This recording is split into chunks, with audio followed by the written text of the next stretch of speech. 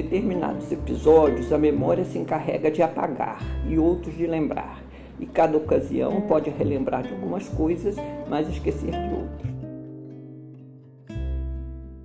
Portanto, agora é o momento de lembrar.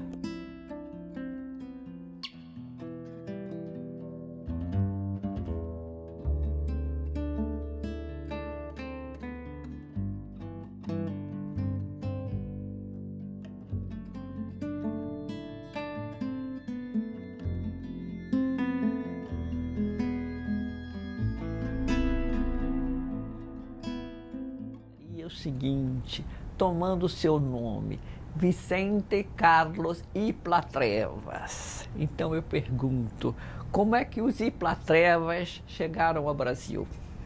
Então, primeiro agradecer muito essa oportunidade, né? Porque eu acho que o nosso país tem de ter uma consciência histórica dele mesmo, né?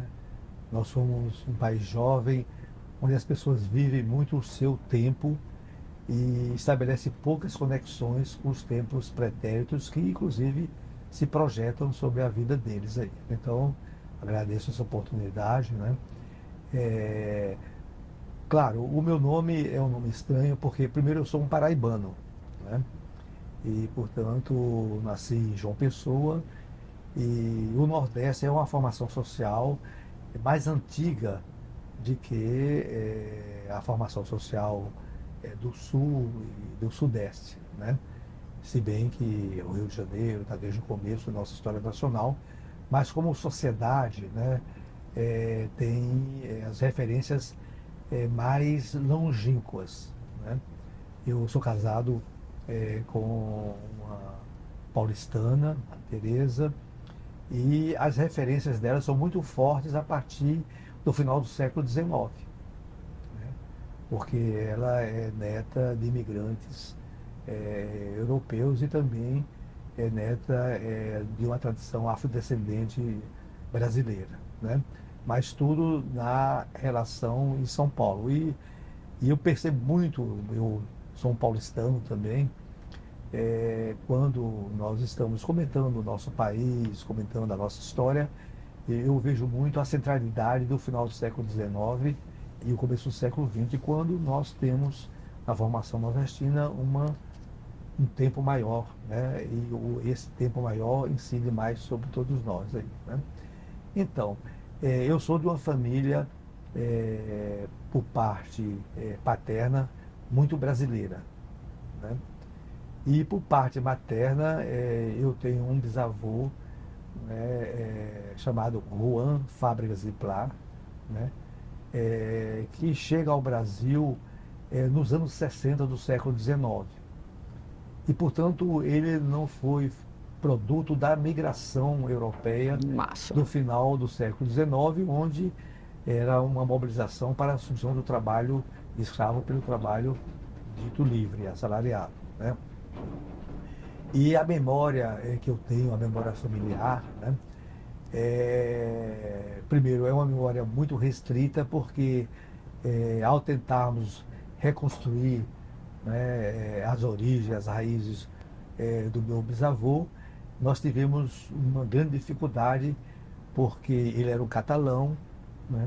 E quando, né, uma prima minha que estava fazendo esse levantamento tentou buscar as informações na Catalunha, não havia nada, porque tanto a igreja tinha sido queimada, né? E só para lembrar, né, que todo o registro das pessoas à época era feito pela igreja, né? E durante a Revolução Civil, a Revolução Espanhola, houve confrontos muito fortes, que significou justamente destruição das igrejas, pela relação da igreja com a dominação até então exercida naquela época à Espanha, né? Mas, de toda maneira, que lembranças eu guardo, assim? Primeiro, ele chega em que data, né? Ele chega nos anos 60, né? Que é justamente o período da Guerra Civil Espanhola, né? E ele, não sei as motivações, podiam ser até políticas, assim, da elite local, quer dizer, da elite de Barcelona, mas ele chega via Recife pela tradição familiar, a ideia é que ele iria para Buenos Aires, né? Mas o fato é que ele ficou, por quê? Porque com a Guerra Civil Espanhola, o mercado de algodão, a compra pela Inglaterra, pela indústria têxtil inglesa, passou a ter uma dificuldade de abastecimento decorrente da Guerra Civil e abriu para outros países o fornecimento do algodão, né? Então eu sou um pouco, enfim, eu tenho essa origem, mas a origem brasileira também é muito forte, né? Então eu me remeto também E aos está meus... ligado à cultura do algodão? Não. Não, ligado ao judiciário, né? Então, um outro bisavô meu foi é, o Segundo Império criou desembargadores da Tribunal de Alçadas, né? Enfim, é uma história que eu até preciso me esclarecer, mas eu, enfim, veio dessa origem. De toda maneira, a origem mais próxima, né, e portanto dos meus pais, né, tem uma outra dimensão. O meu pai, o nome dele é Vicente Trevas Filho, né, ele foi um engenheiro químico, né, e quando ele chega e nasceu em Campina Grande, mas toda a sua família era pernambucana, né. E ele veio de uma profissão que era muito inovadora no território nordestino, né? E ele teve como tarefa dirigir uma agência pública chamada Laboratório Bromatológico para controlar a qualidade dos alimentos, né? E por isso eu me formei, cresci num ambiente onde a questão da ciência, a questão da indústria tinha muita presença, né? Então, e claro, eu nasci em 43, eu sou filho, eu tive a sorte de nascer no momento em que a Segunda Guerra Mundial ganhava o rumo da vitória dos aliados, né? E também muito próximo a João Pessoa estava Natal, que era uma base americana, muito importante na estratégia, né? Então, eu sou um pouco esse ponto de partida, né? Você é filho único? Não, a minha família, nós éramos 5 irmãos, hoje somos 4, né? E uma irmã e mais 3 irmãos, comigo 4, né? E, então, eu sou uma família de classe média, né? Para o Nordeste, e tem um diferencial, porque nós não temos nenhuma relação com a terra, né? E a relação das classes sociais com a terra, naquela formação social, era muito decisiva. Ou aqueles que tinham, ou aqueles que não tinham, né? Então, eu sou muito vinculado a um segmento das classes médias ligada à estrutura estatal. Sei dele, sim. Público, né? E ensino, você estudou escola pública, escola privada, como é que foi? Então, naquele tempo, o ensino privado, ou o ensino primário, não era regulamentado, né? Você podia fazer de várias questões, porque a entrada era o chamado curso de admissão, que você fazia, era uma prova, né? Uma seleção, para você entrar no ginásio, né? Então, era um concurso, esse sim, com regulação pública, né? Então, eu fiz a escola primária com 2 professoras perto da minha casa, né? Dona Toinha e Dona Mariazinha. Era interessante porque eram 2 getulistas, muito raro, né, numa cidade conservadora, à época como era João Pessoa. E depois eu entrei no ginásio em um colégio marista, o Colégio Pio X, né? Então eu fiz todo o meu ginásio e iniciei o primeiro ano científico, mas eu tinha umas ideias de talvez que a minha vocação fosse mais a diplomacia, então eu fui fazer, naquele tempo tinha o científico e o clássico. E nesse sentido, só o Liceu Paraibano, que era o colégio estadual, à época, oferecia, né? E foi uma experiência muito boa, porque eu me transfiro para um outro universo social, menos homogêneo, menos elitizado, quanto aquele que eu vivi no Colégio Marista. Uhum. E foi nesse colégio que você teve contato com a Juventude Estudantil Católica? Não, Sim. como é que você chegou a JEC? Então, eu fui na expressão, né, da ação católica nucleado, né, a expressão que se usava, ou seja, eu fui incorporado à JEC no ginásio, eu acho no quarto ano, né, e foi até interessante, porque os baristas, que embora não tivessem uma formação intelectual, teológica muito intensa, diferentemente dos jesuítas, dos beneditinos, que não eram padres, eram irmãos, né? Mas eles tinham muita sensibilidade da atividade social, né? E aí eu fui nucleado através, né, de um pequeno questionário, né, aplicando um pouco a sociometria do Moreno, né? E era perguntas singelas, né? Com quem você gostaria de sentar ao lado, né? E a partir desse levantamento, o irmão Marista, né, que era o assistente da JEC, como a gente chamava, enfim, me convidou, né? E a partir daí eu me envolvi bastante, né? E foi muito importante porque eh, nesta minha região, nesse meu território, né, a centralidade da vida, do cotidiano, era do sistema de parentesco, né? A família nuclear, a grande família. E a JEC era uma abertura, você entende? Era a descoberta de novas possibilidades, de novos horizontes das relações. Porque você, numa cidade, você encontrava estudantes, né, de várias classes sociais, porque se originava em vários colégios, as escolas públicas, as escolas privadas, né? E também era um movimento nacional, né? E isso hoje pode ser uma banalidade, mas nós, à época, muito mais do que hoje, nós éramos um país de uma grande ausência de brasileiros. Nós éramos nordestinos, paraibanos, sulistas, paulistas, gaúchos, né? E a Ação Católica, como era um movimento nacional, também foi uma vivência que abriu os horizontes, né, da minha adolescência, no sentido de conviver com outros companheiros, outros amigos de outros estados e depois do próprio país, né?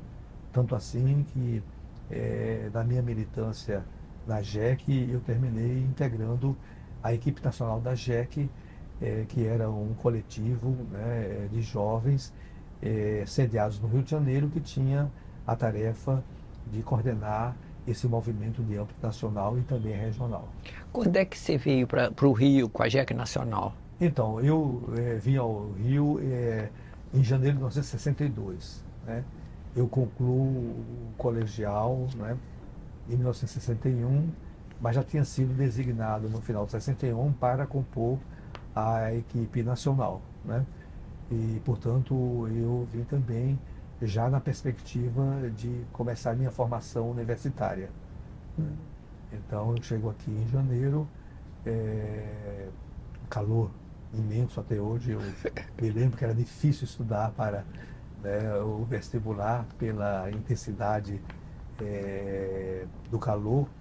E eu, já vindo para o Rio de Janeiro, eu já tinha mudado um pouco o horizonte de minhas perspectivas, né? Como eu falei inicialmente, quando eu fui fazer o clássico, o meu horizonte era a diplomacia. Mas eu, como muitos da minha geração, nós sofremos um impacto muito forte, você entende, da renúncia do Jânio Quadros, né, e da luta pela posse do Jango, né? E isso significou que o país entrou numa outra conjuntura, era uma conjuntura das mudanças estruturais, as ditas reformas de base, né? E nesse contexto havia uma grande referência nacional, mas também paraibana, que era o Celso Furtado. O Celso Furtado estava vindo como um emissário do presidente da República para constituir essa instituição que foi muito estratégica para o Nordeste, a Sudene, que infelizmente hoje não tem mais nenhuma potência a respeito do centro regional. Então eu já no final dos anos 60, no 1960, começo de 61, mudei de ideia, né? E falei para minha família que eu queria ser sociólogo, né? E foi interessante porque era uma categoria muito estranha às referências das classes médias, porque um jovem de classe média, com a formação que eu tive, era vocacionado a ser médico, engenheiro ou advogado, né? E aí e a minha mãe, muito generosa, mas ela estava intrigada, ela não compreendia, né, o que eu ia fazer. Aí eu fui salvo por uma história familiar, né? Que nós temos, por relações familiares, enfim, uma referência que é o famoso Gilberto Freire, né? Eu falei, não, é uma coisa como o Gilberto Freire, claro, eu não tinha nenhuma pretensão de ser Gilberto Freire, mas era para o senso comum, a referência empírica da geração da minha mãe, era um nome muito forte, dada, você entende, não só o prestígio intelectual do Gilberto Freire, mas também o seu prestígio social, que ele era membro de uma aristocracia. Sim. E aí, então, foi fácil você escolher no Rio sociologia, mas você poderia ter feito as ciências sociais na FENEFI da época. Por que PUC? Então, você sabe que eu não sei responder essa pergunta, eu não tenho memória da resposta, né? Mas, veja, eu era muito atraído pelo nome Sociologia e Política. Você entende? Ciências sociais era mais vago, sociologia e política era uma coisa, no meu imaginário, né? Mais contundente, assim. Você entende? Menos impreciso, claro, na minha percepção à época, né? E também eu vinha de uma tradição católica, a PUC, né? Enfim. Mas eu não me lembro assim, de que razão. objetivamente aí para PUC, né? Eu não sei se introduzo agora ou depois você resolve que veio com você o outro paraibano. Sim, sim. Você já quer introduzir ele agora ou depois? Não, pode ser depois. Veja, eu, né, no meu período em João Pessoa, eu fui eu sou filho do movimento estudantil, não só da JEC, mas do movimento estudantil, né? Então, eu militei, você entende, nos grêmios do movimento estudantil e também me envolvi no movimento que produziu uma entidade secundarista no município de João Pessoa. Eu fui o seu primeiro presidente, né?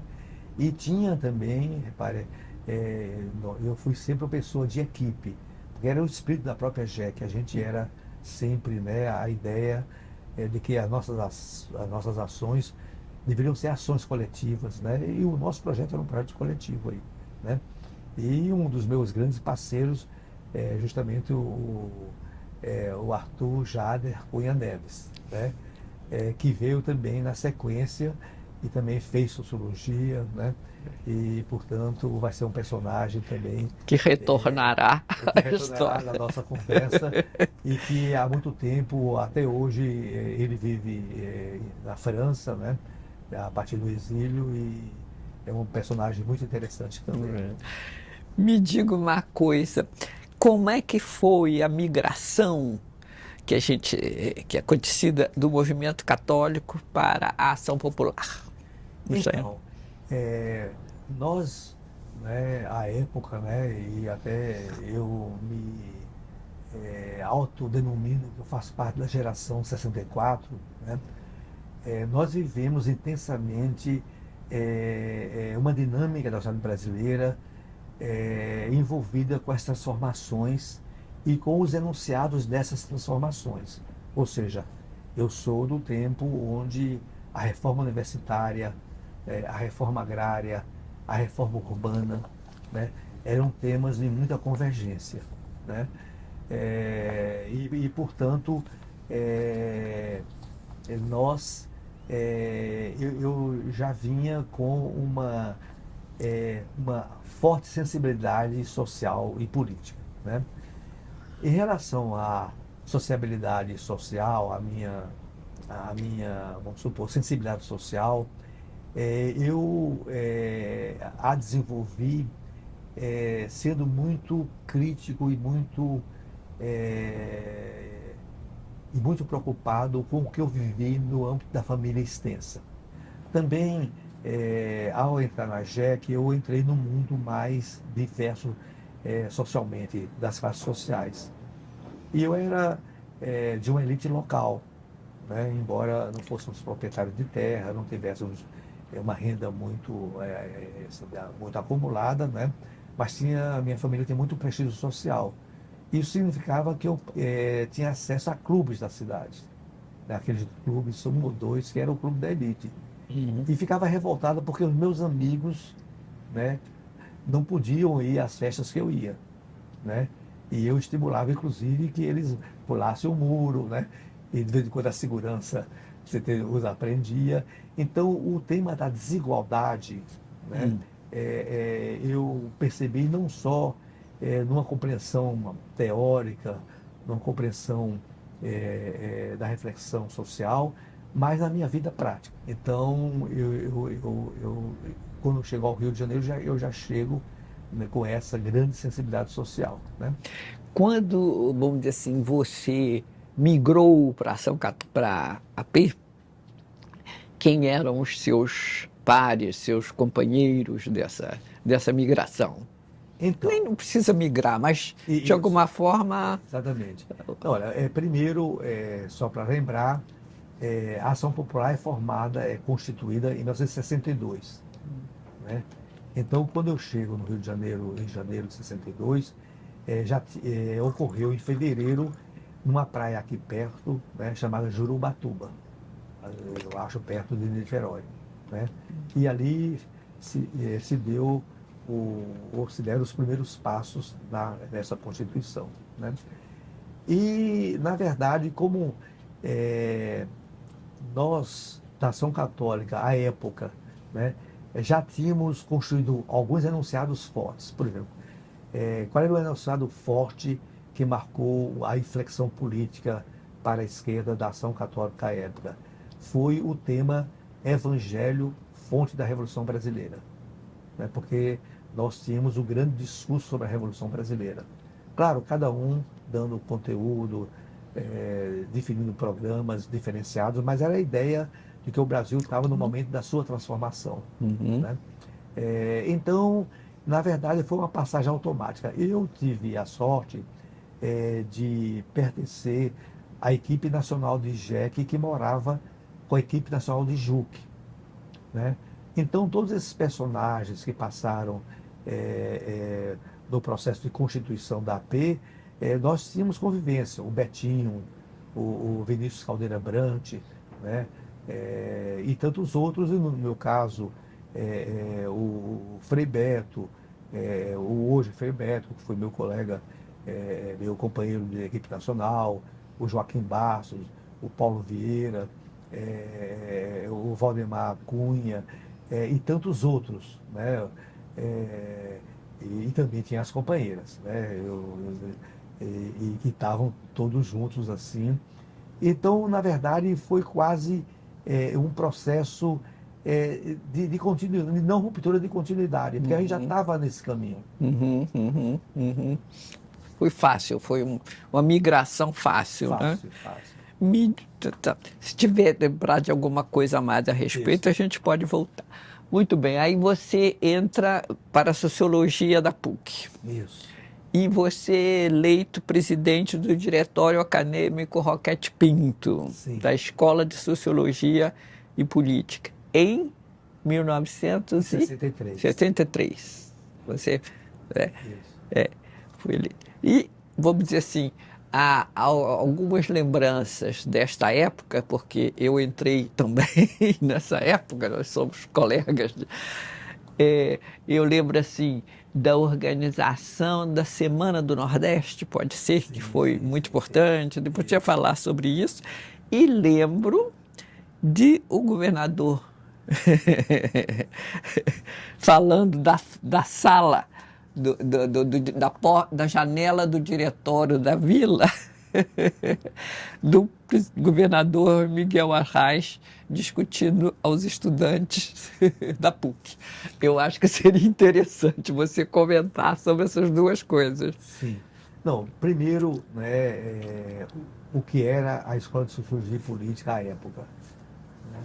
Primeiro, era uma pequena escola. Uma pequena escola, nós éramos, né, a nossa formação era em 4 anos, né? Então ela tinha 4 turmas, né? E só funcionava no período matinal, quer dizer, no período da manhã, né? E, portanto, era uma escola pequena e não só isso, ela se localizava numa entrada inicial da PUC, constituída por um conjunto de casas, né? Então, nós estudávamos nessas casas aí. Isso aproximou muito, né, a vida universitária, né, a nossa vida estudantil na sociologia política era muito intensa, né, porque não só compartilhávamos estudos, mas também compartilhávamos perspectivas políticas, né, e também um novo modo de vida que estava se constituindo, né. Eu quero lembrar que o Rio desse período é um rio muito forte. É o rio da afirmação política e cultural da União Nacional dos Estudantes, né? Da música popular brasileira, né? Do cinema brasileiro, né? Do teatro brasileiro, né? E, portanto, a gente vivia um grande clima de efervescência, né? Por exemplo, agora esqueço o nome dele, um grande cantor, Edu Lobo. Edu Lobo era nosso colega, fazia direito na PUC do Rio de Janeiro, né? Para não falar depois de todo o movimento do cinema turvo, né? A Uni, o CPC da Uni, o Centro de, foi uma referência grande. O movimento estudantil tinha um jornal muito forte, que era um seminário chamado o Metropolitano, né? E havia também toda a grande discussão do país, alimentado pelo pensamento do ISEB, né? E pelas teses também dos amigos, companheiros do Partido Comunista à época, né?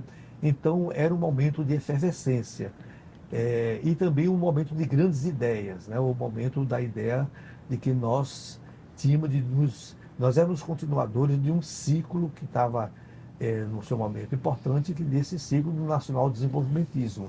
Então, a ideia da industrialização, a ideia da reforma agrária, né? E isso refletia na nossa formação. Por exemplo, nós tivemos como um dos professores o professor Cândido Mendes de Almeida, né? E à época da minha formação, ele lançou aquele livro dele, Nacionalismo e Desenvolvimento, né? E ele fazia parte de todo um debate aqui com o Guerreiro Ramos, né? Luiz Costa Pinto, né? Tinha também na antropologia o professor Manuel Domingues, né? O Manuel Diegues, né? Cuja filha era nossa colega, né? E cujo filho era o Cacá Diegues, né? Então ele vivia também uma cidade e um território, um país de muita efervescência cultural. E as ligas camponesas? E as ligas camponesas. E as ligas camponesas, claro, mas fundamental as ligas camponesas, né? E até eu ganhei uma passagem da Cruzeiro do Sul, que não existe mais, para as minhas férias de 63 para 64, né? E nesse contexto do Nordeste, né, você também tinha uma presença muito vigorosa de um líder de esquerda, que era o Miguel Arraes, né, que tinha sido prefeito do Recife e era governador de Pernambuco, né? E nós o convidamos para fazer um debate sobre o Nordeste, né? Nós é plural majestático. Não. Nós, o Centro Acadêmico Roquete Pinto, quer dizer, nós, a Sociologia e Política. Só que você presidia esse centro. Exatamente, era um coletivo, né? Porque a gente tinha uma vida muito coletiva aí, né? E, inclusive, nós, quer dizer, o Centro Acadêmico Roquete Pinto, acertamos com a direção da PUC a liberação de um dos auditórios, né? E no dia que o Arraes chegou, recebemos o comunicado que o auditório não seria cedido, né? E então, do auditório que nós nos dirigimos, né, que ficava mais num prédio central, num prédio mais novo, nós, com o Arraes, nos dirigimos para o diretório acadêmico Roquete Pinto, que era uma casa e da qual tinha uma varanda, e dessa varanda, né, o governador Arraes fez o discurso com muitas provocações de uma direita já manifestante à época, né? E só uma coisa, quer dizer, para você foi, porque um diretório acadêmico de uma faculdade pequena do Rio de Janeiro tem condição de convidar o governador Miguel Arraes para isso? Como é que foi isso? Como é que se convidava o Miguel Arraes? Primeiro, veja, o movimento estudantil à época era muito interlocutor tanto do governo federal do Jango como dos governadores progressistas. A UNE tinha muito prestígio, as UES, as uniões estaduais e os diretórios acadêmicos, né? Uhum. É evidente que, e como eu tinha as relações, entende, também nordestinas, e na minha formatura no clássico do Liceu Paraibano, o Paranã foi Miguel Arraes, né? Então eu não tenho memória de qual foi o elo de ligação, mas certamente deve ter existido aí, né? E o Arraes tinha uma consciência que era importante ele se tornar uma referência nacional, né? E era um momento muito tenso, porque havia uma tensão muito grande em outubro de 1963, quando havia uma mobilização da direita, uma eleição anterior foi muito manipulada, financiada pelo IBAD, no Instituto Brasileiro de Ação Democrática, né? Havia uma oposição muito forte do então governador da Guanabara, Carlos Lacerda, né? E havia uma discussão sobre se o Jango deveria ou não editar o estado de sítio. E o Arraes também era uma personalidade que ponderava a não razoabilidade disto e se opunha, né? Enfim, não havia todo um clima de convergência. Sim, uma figura que eu me lembro, não sei se você tinha contato, mas a figura da PUC que teve um caminho similar foi o Aldo Arantes. Sim. Ele era da AP ou do Partido Comunista, não? Você sabe, não? Sim. Não, o Aldo Arantes, né, ele foi estudou na PUC do Rio de Janeiro. Ele fez direito na PUC, quer dizer, começou direito na PUC do Rio de Janeiro. E ele foi presidente do DCE, do Diretório Central da PUC. E dessa posição ele se tornou presidente da UNE. E na sua presidência nós tivemos uma grande greve nacional, né, na luta por 1/3 de representação dos estudantes nas congregações, né? Foi uma paralisação muito longa e nós não saímos vitoriosos dessa paralisação, né? E o Aldo também tinha ligação com a JUC, né? E claro que depois veio para a AP, foi um dirigente da AP, e na sequência, no desenvolvimento da própria ação popular, ela depois se desdobra em dois grandes caminhos. Uma parte se transfere para o Partido Comunista do Brasil e outra constitui o que se chamou, à época, Ação Popular Marxista-Leninista. Sim, ele foi um personagem da época. Não, então, vamos dizer assim, isso é o que eu tinha levantado como questões antes do golpe de 64. Antes disso, onde você estava no golpe de 64? Não, antes temos a história da revolta dos marinheiros, né? Isso é importante. Isso. Então, veja, 63 foi um ano de efervescência, né? Efervescência não só da oposição em relação ao Jango, né, mas também dos avanços das lutas sociais, né? várias manifestações das ligas camponesas no Nordeste, né? A atuação, você entende, no movimento da educação, de alfabetização, né? Do MEB, né? Do MEB, né? O MEB e também depois do governo do próprio Ministério com o ministro Paulo de Tarso, você entende? Havia também a frente parlamentar nacionalista, né? E todos buscando reformas, né? E esse processo, e você tinha também um grande personagem que se qualificou como uma grande liderança, Leonel Brizola, né? O Leonel Brizola, ele foi, quando os militares deram o golpe não consolidado em 61, ele articulou uma resistência a partir do Rio Grande do Sul, né? E foi nesse momento que a própria UNE também cresceu muito. O Aldo Arantes já era o presidente, ele se deslocou para o Rio Grande do Sul a partir da rede da legalidade que foi constituída, uma resistência se fez e houve depois uma saída de conciliação, de negociação, onde se instaurou o parlamentarismo no Brasil, né? Ou seja, como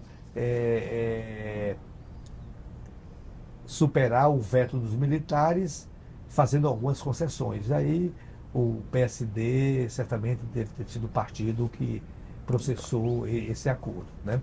Mas, de toda maneira, esse recuo tático do próprio Jango foi um recuo tático no sentido de que em fevereiro de 63, né, foi realizado o plebiscito sobre o parlamentarismo e o presidencialismo. Foi a minha primeira eleição. O meu primeiro voto foi nesse referendo, né, no plebiscito sobre o parlamentarismo ou o presidencialismo, né? Então você tinha essa dinâmica muito forte. E havia também um crescimento do movimento sindical, também se expressava, né? Da intelectualidade, enfim, da juventude, né? E tudo isso aumentava a pressão para tomar iniciativas em relação às reformas de base, né? Comício da reforma de base. Exatamente. E isso tem como ponto, né, de convergência, um ponto nodal, o comício do dia 13 de março de 1964, na Central do Brasil, né? E aí era interessante porque, à época, eu continuava sendo presidente do diretório do CARP, da Sociologia Política, e a AP verbalizava uma posição mais à esquerda, né? Porque nesse embate do final dos anos 60 e no início dos anos 64, 63, 64, se colocava muito a necessidade das alianças políticas para viabilizar, se entende, as transformações e para dar governabilidade ao Jango, né? Então, nós, os diretórios progressistas da época, resolveram se manifestar, né? Resolveram explicitar uma solidariedade a esse movimento. Eu, como presidente do diretório acadêmico, e como a gente havia muita unidade política, né, na escola, assinei uma nota em nome do diretório de apoio às reivindicações dos marinheiros, né? Isso foi no sábado de Aleluia, e essa nota foi redigida. E no domingo, né, depois do sábado de Aleluia, né, o jornal Correio da Manhã, um jornal muito importante da época, tem como uma de suas manchetes da primeira página a seguinte chamada: PUC apoia marinheiros, né? E, na verdade, a matéria dizia: o centro acadêmico Roquete Pinto se manifestou, mas a chamada foi essa. Ora, a PUC era uma universidade que tinha um forte componente conservador. Uma parte do seu corpo docente, da sua direção e do seu alunado eram conservadores, né? E isso causou depois, né, uma reação em dois tempos, assim. O primeiro tempo foi o que aconteceu na terça-feira, na sequência da nota de domingo. Na terça-feira, porque a segunda-feira, né, à época, para os católicos era a Pascuela, né? E, portanto, não havia aulas. Então, na segunda-feira, na PUC, não houve aula e, claro, na terça-feira, não é, a aula recomeçaria, né? Mas a segunda-feira foi um dia politicamente muito complexo e muito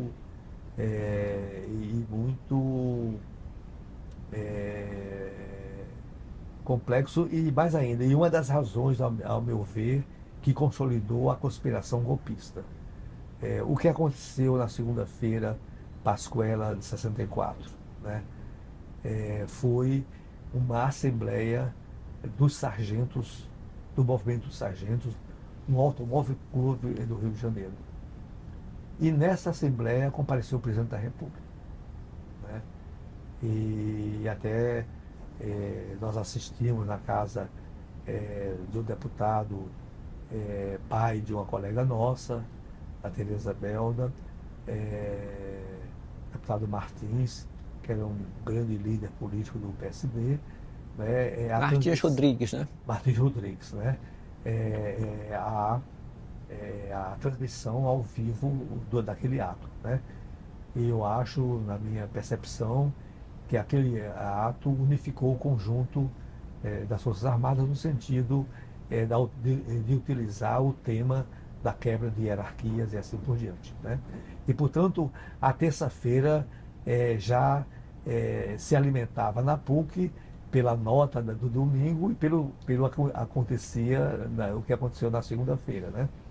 E aí eu me lembro que eu chego em casa, eu morava na Rua das Laranjeiras, eu chego em casa porque a gente estava preocupado, a gente sentia que algo estava para acontecer, e quando mais ou menos 9 e pouco, eu ainda cheguei de madrugada, estava dormindo onde eu morava, e uma ligação das nossas colegas e colegas do diretório dizendo o seguinte: venha para cá, porque o diretório foi depredado, né?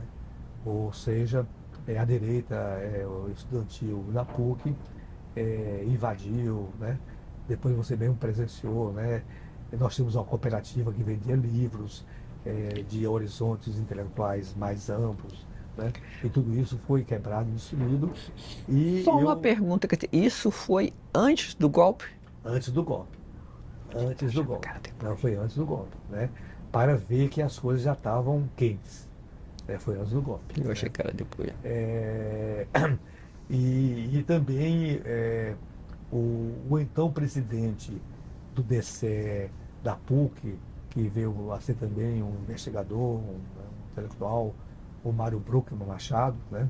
Convocou, por pressão dos diretórios de direita da PUC, uma reunião para me cobrar, se entende, o que teria sido uma usurpação do nome da PUC e, portanto, que a minha posição, a posição do diretório da Sociologia Política não representava a PUC. Eu me lembro que foi numa reunião muito tensa, porque já estava, os golpistas já estavam nessa lógica mesmo, né? E eu, muito jovem, né? Muito incisivo, né? Também na reunião eu revidei, você entende, as acusações, os acusamos de golpista e tudo, e os ânimos foram muito fortes, e eu fui salvo pelo nosso grupo.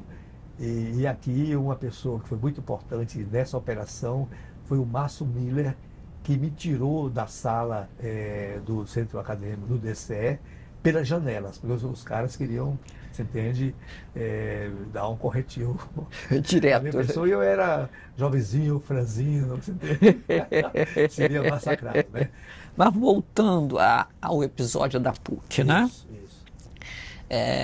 Também eu soube mais recentemente que após esse evento houve uma criação de uma comissão de inquérito para investigar a atuação da esquerda na universidade.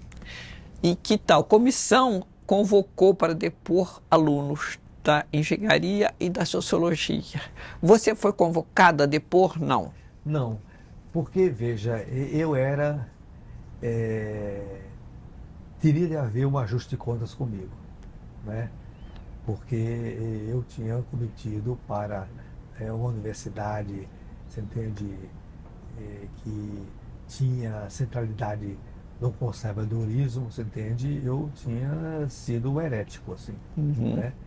E a gente sabe que aos heréticos, a fogueira, né? E então, eu sabia que eu estava num processo de investigação, né? Também porque, veja, 64, depois eu queria falar do dia, né? Do dia 1º de abril, né? O golpe, ele não interrompeu tudo o que se estava fazendo. Houve pequenos ensaios de resistência a partir daquilo que se fazia, né? Manifestos, você entende, pequenos comícios e assim por diante, né? Que depois eu vou relatar. Então eu acho também, eu fui julgado por outras razões e por outras acusações, né? Repara, o que é que eu fui acusado? Né? Primeiro, eu fui acusado de difundir pela cooperativa de livros uma literatura marxista. Eu fui acusado de fazer proselitismo político. Né? E até eu fui acusado de ter tentado agredir, né, a então secretária de Habitação do Rio de Janeiro, Sandra Cavalcante. E aqui abro um parênteses que é interessante. Ao lado da PUC, e é interessante porque a nossa matriz Casagrande Senzala, ela é impiedosa, né? Existia, eu acho que talvez exista, não existe mais, existia o quê? O Parque Proletário da Gávea, né? O que era o Parque Proletário da Gávea? Era uma modalidade de habitação popular do próprio tempo de Getúlio. Eram moradias feitas de madeira, né? Sequenciada, com ruas e tudo. E a PUC se localiza num território muito valorizado, né? A terra urbana é muito disputada e muito valorizada, que é a Gávea, né? E havia todos os interesses assim, do mercado imobiliário, você entende, de ocupar aquela área para, né, os seus investimentos, né? E um dia eu estava lá na sede do diretório e fui procurado por Dona Joana, né? Quem era a Dona Joana? A Dona Joana era nossa, uma pessoa muito afável, muito agradável, né? Que fazia a limpeza do diretório, né? E ela falou: olha, Vicente, estão querendo nos tirar de lá. Eu falei: não, isso não pode, vocês estão aí, pô, tem direito à moradia, vocês estão aí há muito tempo, já tem gerações que estão aí, né? Eu falei: olha, nós vamos estar com vocês, né? E claro que a gente vinha de uma tradição de militância, né? E a militância, veja, sabe que sem mobilização e sem organização as coisas não acontecem, né? Aí eu falei: não, primeiro vamos trazer o pessoal aqui para a gente refletir coletivamente para depois a gente tomar iniciativas aí. E eu me lembro que talvez, não posso afirmar com certeza, mas foi uma das primeiras vezes, entende, que a população pobre do território, você entende, coletivamente ocupou um espaço da PUC, né, que era a sala do nosso diretório, ou uma das salas das classes nossas lá, né? E aí houve todo mundo explicitando as ameaças e falando: não, vamos nos organizar, não pode ser só vocês lideranças, tem de ter um grande consenso da comunidade, porque isso é que dá força às suas reivindicações, né? E então fomos organizar. E foi, você entende, um parceiro muito forte nessa ação, o então companheiro, né, da engenharia, Pedro Malan. Né? Pedro Malan, eu e Pedro Malan e outros, nós saímos para, você entende, mapear, você entende, enfim, as relações de vizinhança e tudo isso, né? Mas isso para dizer que não foi só pela nota aos marinheiros, é que nós éramos, da sociologia política, uma presença incômoda, entende? Incômoda pelo tipo de pessoas, estudantes, pelas ideias, né? Pelo modo de convivência e assim por diante, né? Agora, você não acha que a divulgação do manifesto, quer dizer, da diretora da PUC, a PUC apoia os marinheiros, foi uma certa gota d'água? Você foi além do que era... Não, repare, primeiro, essa manchete foi do jornalista. Sim, sim. E que, claro, mas aí eu cometi um crime de lesa instituição, né? E, portanto, eu deveria ser punido, né? E é evidente... Mas todos não tinham assinado, não era você só que tinha assinado. Por que só saiu? Não, porque a nota, como era do centro acadêmico, então, como eu era o presidente, em termos formais, eu assinei, porque no fundo era feriado, você entende? Você entende? Era a Páscoa, quer dizer, era sábado de Páscoa, essas coisas todas de aleluia e tudo aí, né? Então, em termos formais, a nota foi com a minha assinatura. Entende? E por que foi divulgada naquele dia? Tinha que ser divulgada naquele dia, assim? Não, pois o pessoal dizia, olha, é preciso porque está ficando difícil, eles estão isolados, precisa transmitir que não é um movimento que também tem uma compreensão, um apoio de terceiros aí, né? Não, isso que tá. Eu tenho alguns nomes de pessoas que foram convocadas para responder esta comissão de inquérito. Que aí você pode dizer se sim, se são outros. Porque dois grupos, o da engenharia e da sociologia. Da engenharia, Alexandre Rezende, Sérgio Perenberg, Pedro Malan, Márcio Miller, Israel Beloc, Milton Flores de Freitas, Milton, Aloysio Teixeira, Regis Bonelli e Marcelo Abreu. Não sei se... Quer dizer, algumas pessoas indicaram esses nomes, não sei se tem mais. Na sociologia, Marcos Alencar, Jacques Veloso, Chico Paiva Chaves, Maria Laís Pereira da Silva. Eu botei Vicente, quer dizer, você não foi, você era... Eu não me lembro, eu acho que eu não fui. Porque era... E é estranho, né, eu não ter ido. Então, primeiro, esses nomes citados foram, né, meus queridos e minhas queridas companheiros e companheiras aí, né? Na engenharia havia, né, um movimento muito interessante. Primeiro, eles eram pessoas assim de uma formação mais ampla. Eles gostavam de literatura, né? Isso não era o típico, você entende, engenheiro no sentido das matemáticas, né? Das equações e assim por diante, né? Depois também tinha um personagem, eu não sei se ele foi chamado Rogério Belda, né? O Belda tinha vindo do ITA, de uma boa formação, mas também era um grande cartunista, né? E um grande humorista, né? E a engenharia mantinha um mural que fazia, você entende, as críticas às situações, expressava ideias e assim por diante, né? Então, eles também eram vistos como dissidentes de uma escola que tinha uma orientação conservadora, né? Na sociologia política, na verdade, eles não eram dissidentes, eram os nossos representantes, né? Talvez outras pessoas aí, né? Mas todas elas, assim, compartilhava, quer dizer, compartilhava as nossas agendas, as nossas atividades, né? Uhum. Dentro da sociologia, quer dizer, você tinha a posição do padre Ávila, e de um lado, e a posição do padre Ozanam, de Isso. outro, né? Tinham outros professores que... você Olha, lembra de alguém?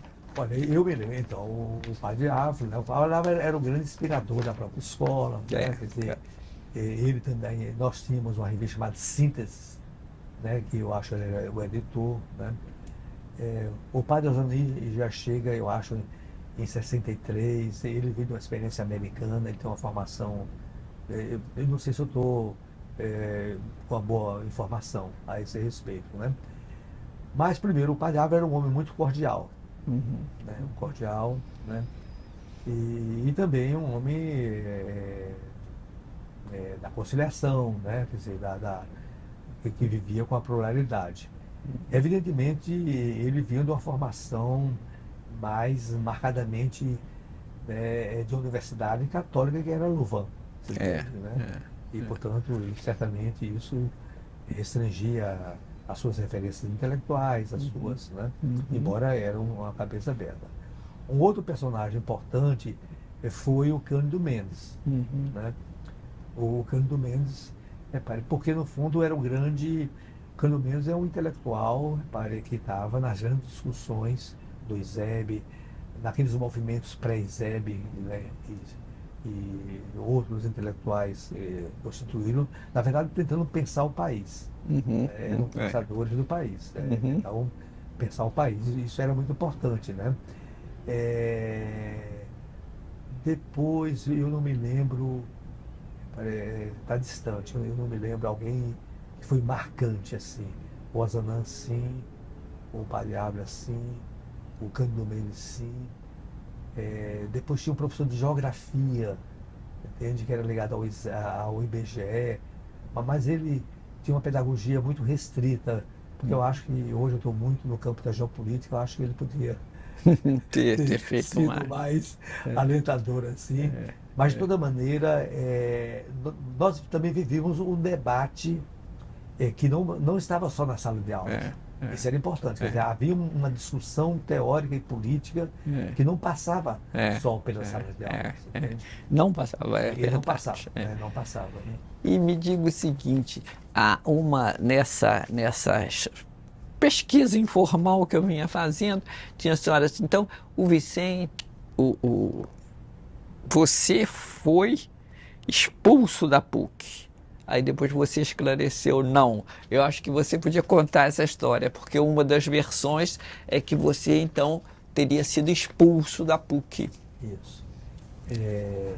Veja, eu fui politicamente expulso da PUC, né? Mas aí eu aprendi como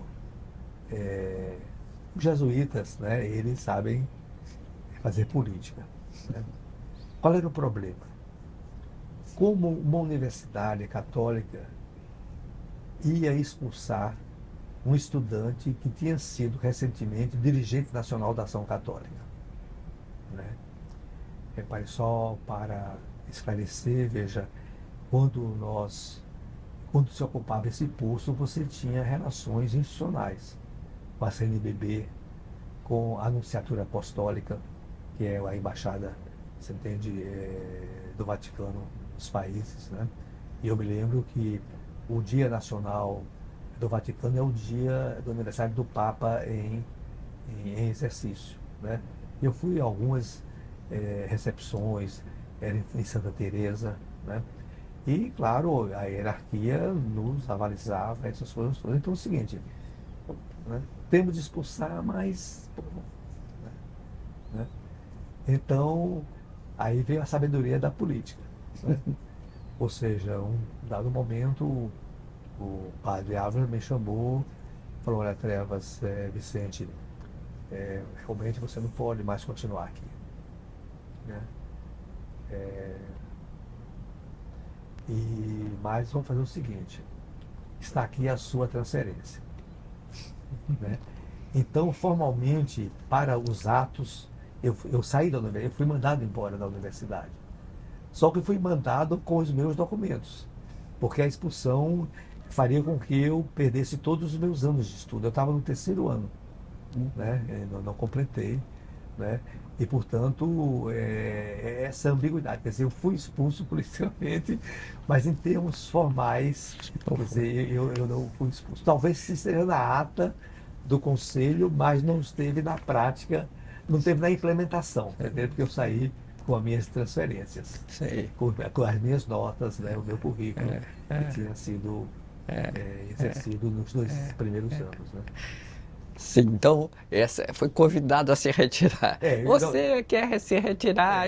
Não, e aí, repare, eu sentia que ele fazia enfim, aquele comunicado com muito constrangimento, né? Sim. Ele não concordava, entende? Sei, sim. Mas era um ato de real política, É, entende? Né? Então, eu tinha condições, porque a decisão era a expulsão mesmo pelo conselho universitário. Né? E aí você escolheu migrar para São Paulo. Como? Porque Repare, porque no fundo a alternativa para mim era São Paulo, né? E também porque, veja, São Paulo era já uma referência importante na formação, né, quer dizer, no ensino da sociologia e das ciências sociais. Né? E nós tínhamos um grande mestre no Rio de Janeiro, que era professor da Faculdade de Filosofia, que era o Luiz Costa Pinto. Né? O professor Luiz Costa Pinto era um professor, a gente lia, entre outras coisas, como um grande pensador da sociologia do desenvolvimento, inclusive. Né? E o Costa Pinto tinha uma relação com um dos meus colegas de classe, assim, né? Que comentou com ele a minha situação, e o professor Costa Pinto era muito amigo do Florestan Fernandes. Né? Então, ele escreveu uma carta para o Florestan Fernandes e pediu que eu fosse a São Paulo entregar essa carta. Né? Então, em dezembro de 64, já na perspectiva de não podia mais ficar em São Paulo, eu ficar mais no Rio de Janeiro, eu fui a São Paulo. Né? E eu me lembro que eu chego, eu acho, uma quinta ou uma quarta-feira, não me lembro bem o dia da semana, e fui para a famosa Maria Antônia. Maria Antônia é a rua onde estava a Faculdade de Filosofia, Ciências e Letras. Né? E era no dia da defesa de tese do professor Ottaviani, né, que depois saiu aquele livro Estado e Desenvolvimento. Né? Eu tive a oportunidade de assistir um pedaço da Revolução, né? E o professor Florestan Fernandes, eu acho, fazia parte da banca, se eu não me engano. Né? E na sequência eu me apresentei, ele falou, não, vá na minha casa no outro dia, que ele vai conversar. No outro dia fui visitá-lo na sua residência, no bairro do Brooklyn. E ele falou, não, você vem no começo de março, você se inscreve e nós vamos te acolher, vamos dar um apoio. Mas ele era da Universidade de São Paulo, não da Escola de Sociologia. Sim, eu iria me transferir para a Universidade de São Paulo. Né? E depois, né, já posso adiantar que ao voltar, né, quer dizer, ao regressar a São Paulo em fevereiro, final de fevereiro, quase começo de março de 65, eu voltei sexta-feira depois do Carnaval à época. Até, entre aspas, o Carnaval, a grande busca desse Carnaval foi o Trem das 11. Né? E então eu volto, mas eu era um militante político também. Então eu voltava não só para continuar os meus estudos aqui em São Paulo, mas para continuar a resistência via o movimento estudantil. Né? E eu vim também para uma reunião da minha organização política da Ação Popular, para justamente tentar reorganizar a ONU. Né? E fizemos uma reunião na sexta, no sábado, paramos no domingo, e íamos concluir na reunião na segunda-feira, 8 de março de 65. Quando no final da tarde o local onde nós estávamos reunidos foi invadido pela polícia e nós fomos presos. Né? Claro, era o tempo ainda do Adhemar de Barros. Né? Era o tempo ainda que a própria polícia continuava sendo operada pelos policiais paulistas, assim, sob comando ainda paulista. Né? E isso fez com que eu perdesse o prazo da inscrição. Né? E foi por essa razão que também, durante a prisão, eu precisaria comprovar, você entende, a minha condição de estudante, e os meus companheiros que estudavam na Sociologia Política me inscreveram na Sociologia Política. Então foi por essa razão, foi um acidente, né, que eu fui estudar na Sociologia Política em vez de estudar na Maria Antônia, na USP, à época.